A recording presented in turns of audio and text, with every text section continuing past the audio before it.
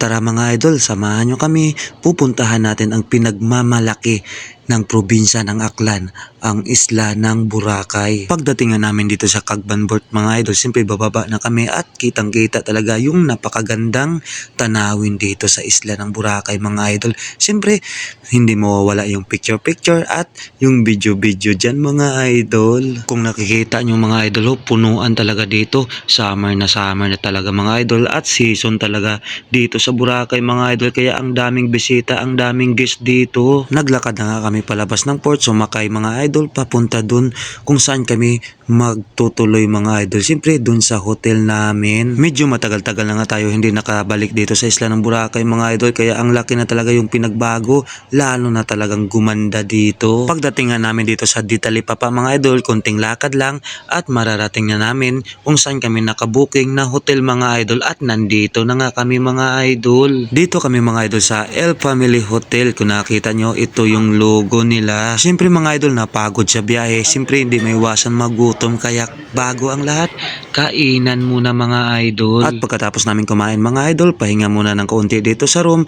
At siyempre pag makapahinga na, full charge na, maglakad-lakad muna tayo dito sa beach mga idol. Napakaganda talaga ng mga tanawin dito mga idol. Bukod sa beach, dito din sa mga naka-display mga idol, napakaganda, kaso napakamahal naman, kaya hanggang tingin na lang tayo. Tamang lakad-lakad lang mga idol, patingin-tingin sa napakagandang mga tanawin dito sa isla ng Boracay. At kahit sobrang init ng panahon mga idol, ang dami pa rin mga guest na naliligo dun sa dagat. Ganyan talaga yung mga turista natin mga idol. Sila gustong-gusto nilang umitim, kaya nagbibilad sa araw, nagbababad dyan sa tubig alat. Tayong mga Pinoy, nako, piling gwapo, piling maganda, kaya takot mangitim, takot sa araw. Yung iba namang mga Pinay mga idol, sinasadyang mangitim para habulin ng mga apam. Habulin ng mga foreigner mga idol. Kano-kana yung tinatarget, nako, para sa kinabukasan. Ops, baka may magalit. Joke lang mga idol, konting patawa lang mga idol. Dito nga para kami sa harap ng uptown mga idol, kasi meron ditong palagsahan, meron ditong Dragon Boat Competition mga idol, kaya nag-video muna tayo dito saglit. Nagsimula na kasi mga idol yung La Boracay, kaya ang daming activity dito mga idol, kaya kayo dyan, pag hindi pa kayo nakapag-Boracay, humabol na kayo mga idol para masaksihan ninyo kung gaano kaganda at ang daming activity dito sa Boracay mga idol. Nandito na lahat-lahat, all in one, kaya arat na mga idol. At yung mga sumali dyan mga idol, hindi lang mga Pinoy, sari-saring lahi yung sumali dito sa Dragon Boat Racing mga idol. Pagkatapos nga namin makabideo doon na makapanood mga idol, naglakad-lakad muna kami dito sa Dimol area. Siyempre gusto ko lang pasalamatan si Boss Leo Boy Torinueva, SB member ng Makato, si Sir Carlo Masula, SQ Chairman ng Kalimbahan Makato Aklan, at si PNP member Jober Subiaga,